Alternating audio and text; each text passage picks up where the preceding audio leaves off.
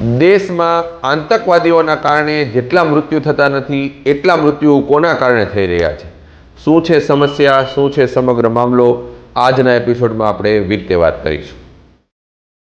નમસ્કાર, હું છું હસમુખ પટેલ અને આજે આપણે વાત કરવાની છે કે દેશની અંદર આતંકવાદીઓના કારણે જેટલા મૃત્યુ થતા નથી એટલા મૃત્યુ માત્ર ગુજરાતમાં કોના કારણે થઈ રહ્યા છે. તો એ વાત છે આ સમગ્ર ગુજરાતની એક મહત્વની સમસ્યાની, એટલે કે રખડતા માલઢોરની.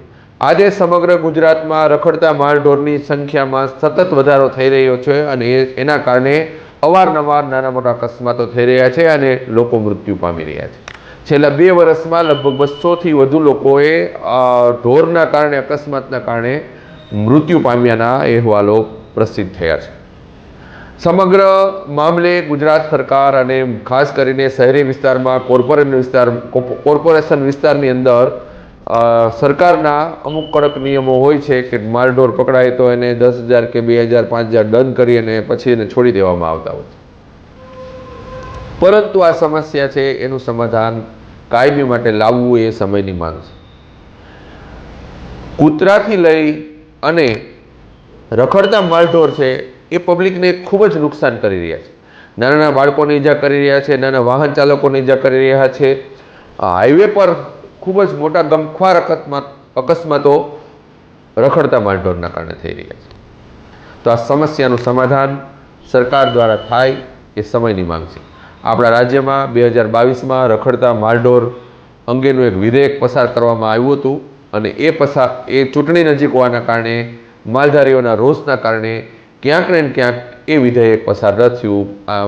રાજ્યપાલ આચાર્ય દેવવ્રતજીએ આ વિધેયક છે એ રિટર્ન કરી દીધું અને વિધેયક લાગુ ન કર્યું.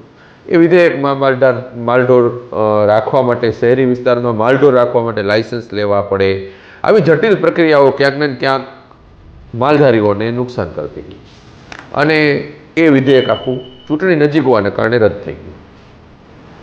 હવે આ સમસ્યા છે એનું સમાધાન થતું નથી.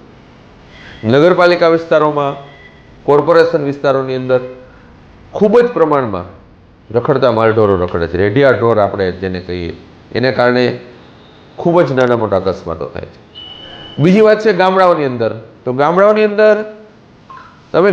અંદર જુઓ તો એટલા બધા ખૂટિયાઓ રખડે છે કે જે નજીકના ખેતરોમાં જઈ અને પાકને એટલું બધું ધમરોડી નાખે છે, એટલું નુકસાન કરે છે, ખેડૂતોને ખૂબ જ નુકસાન. અમુક ગામની અંદર 200 ખૂટિયાઓ રખડતા હોય છે. આવા આખલાઓ, ખૂટિયાઓના કારણે ખેડૂતોને પણ ખૂબ જ નુકસાન થઈ રહ્યું છે. ત્યારે રાજ્ય સરકાર આવનારા દિવસોમાં આ અંગે શું પગલાં લેશે એ આપણે જોવાનું રહ્યું. પરંતુ દેશની વર્તમાન સ્થિતિ એવી છે કે આતંકવાદીઓથી જેટલો ખતરો નથી એ ખતરો આજના સમયે ખૂટિયાઓથી છે, આખલાઓથી છે, રખડતા ઢોરથી છે. ત્યારે આ સમસ્યાને ગંભીરતાથી લઈને જલ્દી સોલ્યુશન કરવું પડે.